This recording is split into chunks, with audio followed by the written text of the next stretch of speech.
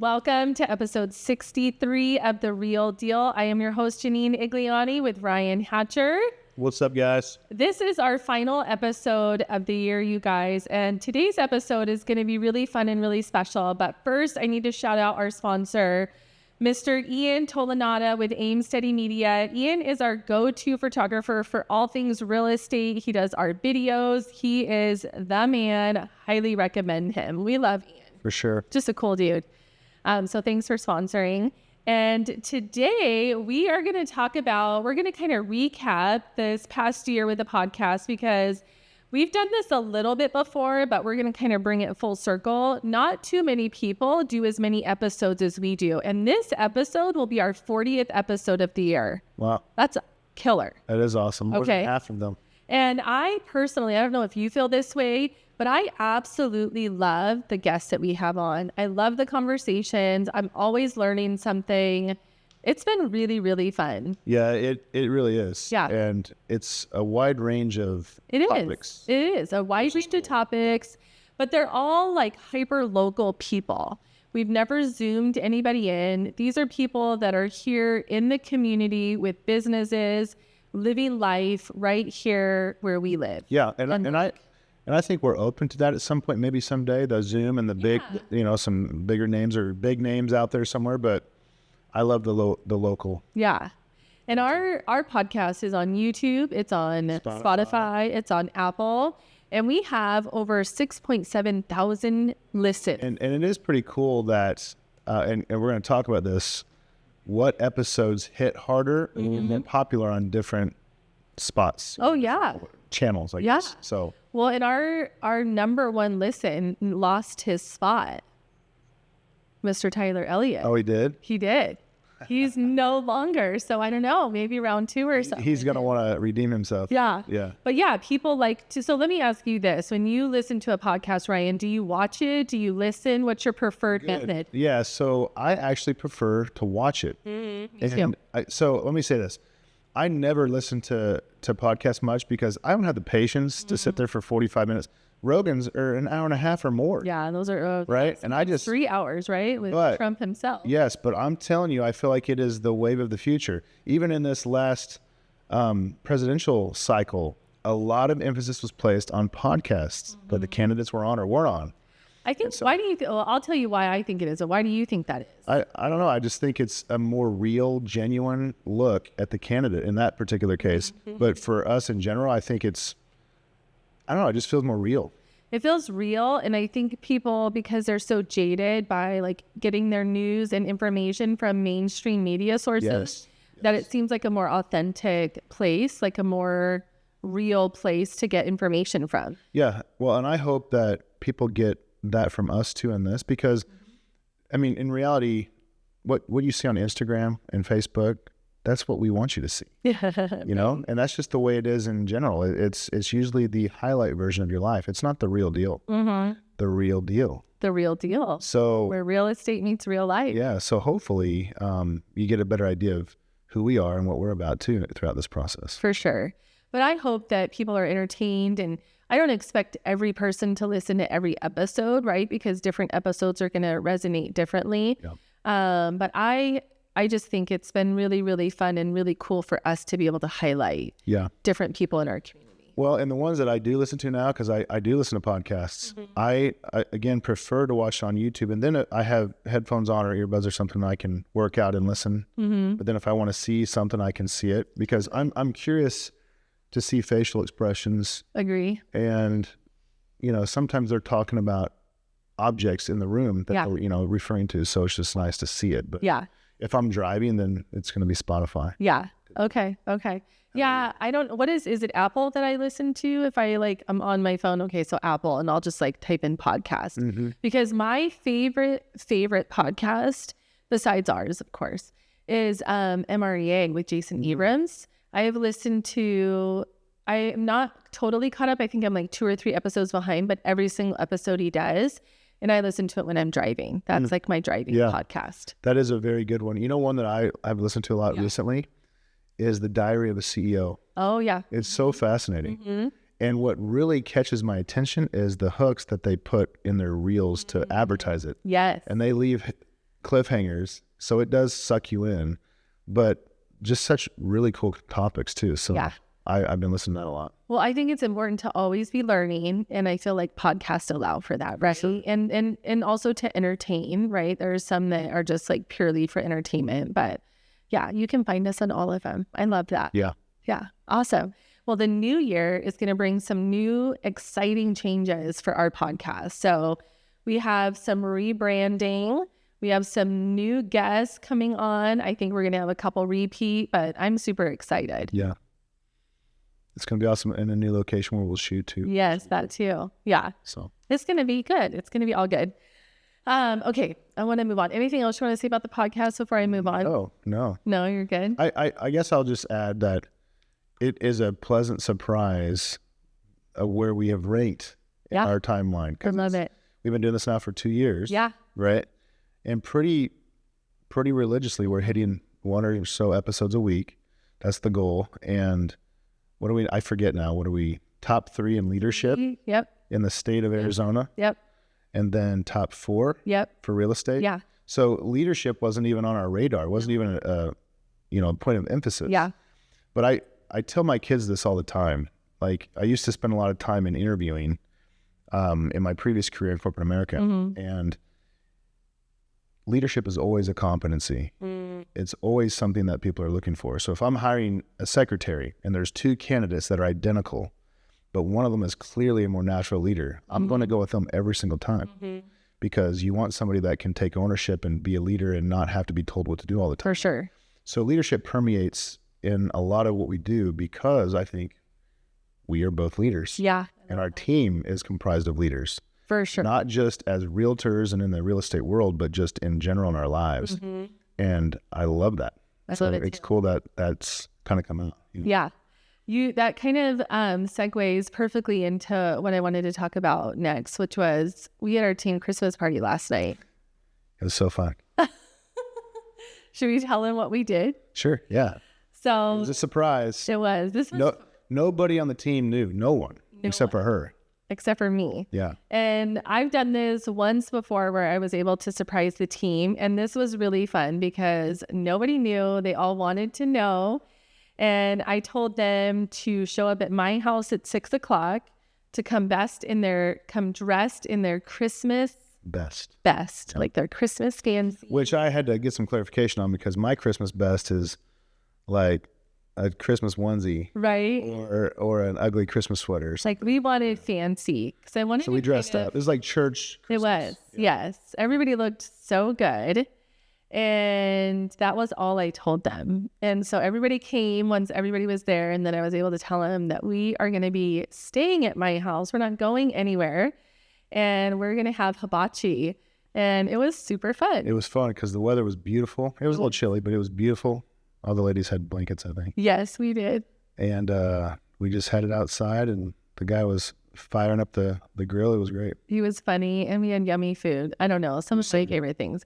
But one of the things that I like at the end of the night and even this morning was reflecting on of like how thankful I am for each person that was there last night and how I'm really grateful to be surrounded by, to your point, like such great, you were saying, leaders, just great people that are ethical, that have integrity, that are really good people that care about their clients. That's super rare in this industry. I was watching, I don't know if you guys have seen it. I think I told you to watch it. It's this new real estate show on Bravo. It's called like Sold on Salt Lake or something. Yeah, I haven't seen it yet. You got to watch it. But one of the guys, he's like stressed out. I think his name is Matt because I haven't finished the episode, but he has one listing and he really needs it to sell. And he even says in the video, he's like, I need that commission check. And he was really kind of pushing his client in a certain direction. And I'm like, so he had what we call commission breath. yeah. And that is exactly what happens when you're out for the commission versus out for what's in your client's best interest. Yeah, I think that is extremely visible and palpable for the client. Yeah, I think they can tell that. For sure, they can feel it. And that's why it really still blows my mind. But when I got into this industry And I learned that 90% of the production is done by 10% of the field. So 10% of realtors, in fact, it's probably less than that, do 90% of the production. You know, it really is important who you work with, and they have that experience, and they have a solid business. So they're not just dying to get that next one. You know, it makes a big difference in the experience that you have. 100%. I'll share a quick story because this just happened. And I did a video, but I don't think it's been posted yet about this, but I had a client closing on Monday. We were selling her house and she was buying at the same time. So 2 consecutive closes. And those always add like a tad bit of stress because they need to happen in a timely manner. So there's no like lollygagging, as I would say, like they have to happen. Anyways, the morning of, the lender sends me a message that the buyer has told her not to fund the loan because the windows were not repaired to his liking. In the meantime, we had a licensed window company make the repairs. It was actually the same window company that my client found that their agent had recommended. So coincidentally, we had that company come out. Which is even better. It's even better. Their contractor. Yeah, we had them come out. We paid the $500 to have the windows repaired. And he was saying that they still weren't operating properly.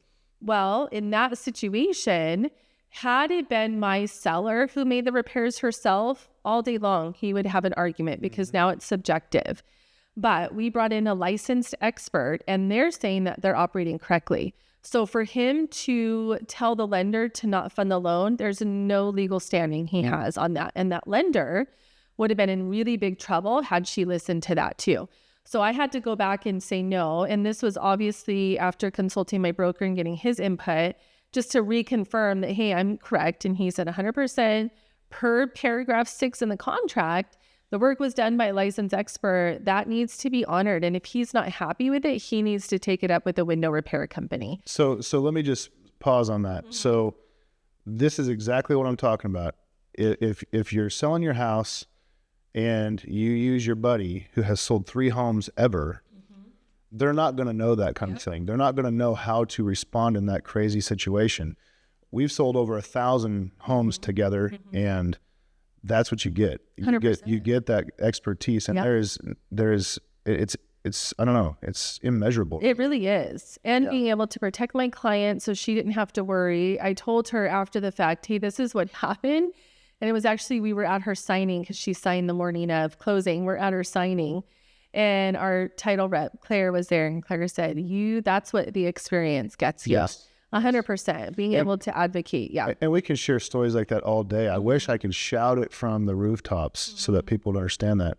And we've had some recent experiences where clients didn't understand that and they ended up getting sucked into something else with another, either a builder or another agent somehow, and they regretted it. For sure.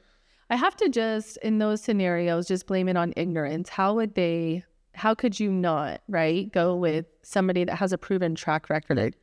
There's so many little nuances and little intricacies and legalities that need to be followed that somebody who's only done this a few times isn't going to know. Right. And it could be really, really detrimental. Had her property not sold and closed that day, then she wouldn't have been able to close on the property that she was buying.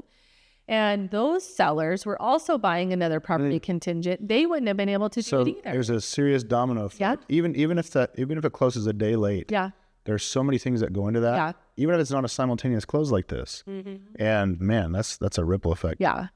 So that leads me, Ryan, to 2025. We are how many days away? 11 or something? I don't know, 12? Well, crazy, right? From the new year. What are you focused on? What is your expectation of 2025? What are you looking forward to? Well, in terms of business for real estate, it's hard to tell what's going to happen because we hear experts say that it's going to be a good year, but then we also hear that rates are probably not going to move downward too much, maybe a couple ticks to maybe 1% total. So that's not usually enough to really shake the tree and get a lot of people off the fence, because really, here's the reality. A lot of people are used to this 3% that they got a couple of years ago, and they're not willing to sell or go buy at 7%, right? Or 8 or whatever.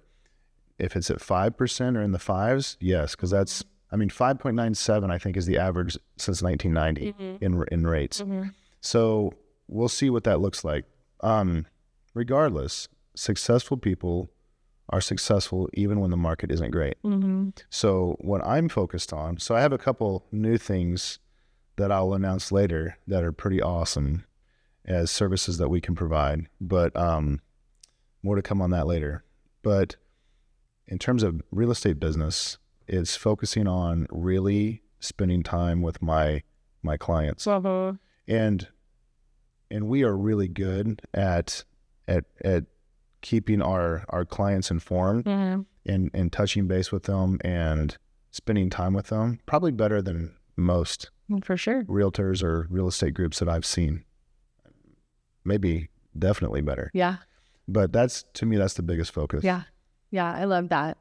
I would totally agree. Yeah. Like continuing to pour into our clients and love on them, pouring into our communities that we serve, and giving back is like a huge pillar of what we do. So we will for sure. That will continue. Yeah. I've heard mixed things about the new year, right? Some people say it's going to be great. 1 in every 5 people are going to need to move because we have all this pent up demand. Yeah. Where people haven't moved because they're afraid to lose their interest rate. Yeah. They've kind of been holding off thinking, okay, rates are going to come down. I'll wait until that. And now it's not looking like that's going to happen anytime soon. So that could be. Yeah. I mean, really, the majority of the people that I've helped this year in 2024 have been move outs of state, or they're moving into the state for work, or they're first time home buyers. I've helped a ton of buyers buy new builds. Yeah. And that is actually an area that I'm becoming, if not already, a new build specialist. For sure. I love it. So it's so fun to go through that process. Yeah. Because sometimes things get hairy with new builds too. Sure. My personal new build situation, if I didn't know what I know, could have ended very differently for us. Yeah. So it's good to have representation on that. Oh, for sure. And I think one of the things that kind of goes along with buying a new build is being a connector for the client in terms of what do they need throughout that process that will help protect them and set them up for success. Yes. I have a client who just closed in Legato, and we were going through, and he's like, I told them not to put mirrors on the walls because I wanted to put my own framed mirrors. There were things that he was able to do that saved him money. He's like, not only was it so expensive to have them do it, but then I'm putting it in a mortgage and paying it over 30 years. I'd rather do it myself. So being able to help our clients with little tips and tricks like that is always valuable. Yeah, I always wish that the track home builders could leave it pretty blank so that you can go in and do what you want. But they have regulatory reasons for doing some of those things. And so they have to. Can't do no floors. That's a big one we get all the time. I'll do my own floors. It can't pass final inspection with no flooring. Yeah. So those are things that are kind of a pain. But so we'll definitely continue the community events and things that we do so well. I'm looking forward to school involvement. Yep. And Cornhole for a Cause. Cornhole for a Cause is going to be good. That's going to be in the spring. Yeah. So that'll be really fun. Yeah. We have a lot of fun things. Oh, yeah. That's one thing I really, really love about what we do is all the fun events. It doesn't feel like work. Yeah, for sure. It's so good. And it's super impactful. I mean, we've been able to help a lot of families with just that event alone. And then we had, I do want to highlight this. Yep. So we just completed, what was it, our 12th food drive? 11th food drive. Mm-hmm. And this year we killed our previous record. Yeah. So I think our highest in the previous years was 600 and something bags. Yeah. This was over 900 bags. And House of Refuge, which is just down the street from us, they're the beneficiary, and they said that we had filled their pantry basically for the entire next year, which is so cool. I love that. So. It is amazing because so many people, and I'm going to literally call people out, they try to copy what we do, and none of them do it as well as we do. And I'm really proud of that. Yeah, and it's cool that they want to do something like that. For sure. But yeah, we do it really well. We do it really well. We have it down. I mean, it's a lot of work. I'm not going to lie. And that's the thing. I think it sounds great to a lot of people, a lot of businesses, but they don't understand how hard it is. Yeah. I mean, and we spend quite a bit of money. I mean, how many bags did we have? Mm-hmm. How many bags? It was to almost 8,000 homes in total. 7,000? Yeah, almost 8,000 homes got a bag, a donation bag. And then we're driving around for an entire day picking them up, and all these different finding collection spots for them too, right? So picking up from there, we just try to make it easy. Yeah. And that's the thing. If it's not super easy, people just don't do it. Yeah. Right? Yeah. And then we got the elementaries involved. So I love that. It's going to be even bigger next year. Okay. So when you look back on 2024, what would you say are a couple of your like favorite highlights of the year? Well, you know, it was a challenging year. I mean, if you talk to anybody in the real estate profession, 2024 kicked a lot of people's butts. And it is challenging. I'm not going to lie. But we were able to really do well from a total production standpoint. In fact, we hit a record as a team. And so we're very happy with what we were able to do and how many people we were able to help. But highlights, again, to me, are the production that we've been able to do. The families helped. Yep. The food drive was a huge one. Yeah. What else? Cornhole for a Cause is always awesome. Yeah. That's always a big one. It's so fun, and we just make it better every time. Yeah. But I'm excited too for not only the fun events that I've done now for 5 years in the Bridges neighborhood, but also in Legato, where I live and where our family is now. We've been able to do some fun stuff, and we have another one coming. So we're going to do a big Christmas golf cart parade. I love that. This weekend, so it'll be fun. That's going to be so fun. Yeah. I want to put that on our goal for next year, is to be in the Queen Creek one. Yeah. Joe and Courtney were just telling me how fun it is. Yeah, I saw their highlights. So I don't know. Can you do it with a golf cart? Because we have basically identical side by side. Yeah. So because I think they go pretty fast on the main streets. Maybe I'll have to buy a side by side. She's my dad's. Yeah. Yeah. but yeah, for sure. Yeah. I should totally do it. It's just a busy time of year because it's always like the second week of December. Yeah. We have a million things going on. October and December for us are insane. Oh, they are. So that leads me to my final little topic with you, Ryan, is I want to talk about the holidays. Is Christmas one of your favorites? It is, for sure. Yeah. It is my favorite. Thanksgiving is my favorite. Yeah. Because I just love getting together with family, eating yummy food. But Christmas is amazing. Not only do we get to celebrate the birth of our Savior, right? Yeah. Shout out to Jesus. Yes. That's the whole purpose. Right? Happy birthday, Jesus. But you get to, it's just so fun. And I love like all the Christmas decor and all of that. So I have a couple of questions for you. Yeah. And I asked my husband this, and it was interesting. And I was kind of thinking about this too. What is like one of your most memorable gifts that you received as a child? Oh gosh. Oh man. I don't know. See, the reason why I ask is because we put like a lot of pressure around the gifts. But do like our kids genuinely remember? Is it really about it, or is it about the feeling of Christmas that we create? Yeah. So I think the lesson in that is like, don't put so much pressure on yourself. Yeah. As a parent, it really isn't about the gifts. I would agree. And for that reason, Thanksgiving is becoming a more, I don't know, important holiday or fun holiday for me as a parent. Yeah. Because there's really not a lot of stress. Right. I mean, we're kind of collectively working. Kara's doing most of the cooking, but we're doing that. But we mostly chill. Yeah. And it's fun just to hang out. Yeah. Okay. So you don't have a Christmas. So the first one that comes to my mind was when I was a kid, I got a cork gun. It was a gun that shot little round corks. Uh-huh. And it was cool. Okay. It was like a little Red Ryder BB gun kind of thing. Yeah. But within a day I lost all the corks. Oh, how So it was like, that's the first thing that came to my mind. I don't know that I recall anything. Castle Grayskull was one. What's that? For all you 1980s kids, He-Man, and Skeletor. Okay. So we had He-Man and Castle Grayskull. We had all that. Yeah, that was fun. I love it. And the Ewok Village. The Ewoks. Yeah. What about you? I just remember one Christmas we came downstairs and my mom had set up a tent and had like all of our gifts in and around it. And I just as a kid thought that was so cool. So I just remember that. We had like a play tent and it just was so fun because it was different, You know what I'd like to do? And I'm always interested in how families teach kids how to be selfless. Yeah. It would be fun to do something like that. Well, so one thing that we do is we try to go to Feed My Starving Children Christmas season at least once. Yeah. Although this year, I don't think we're going to be able to go because it's so booked up. Like it's crazy. Yeah, we looked in early December and almost entirely booked up. Oh, which is wow. cool. That is cool. But what if you did something else? Like, what if you gave your kids $100 and said, you are now responsible to give that to somebody? And it could be one person, it can be 10 people. Right. But then find creative ways to give it back. Yeah. That would be fun. Yeah. So one other little memory I'll share super quick is Christmas was all done and we were all cleaning up, and my dad said, okay, I want you guys take all this trash out into the backyard.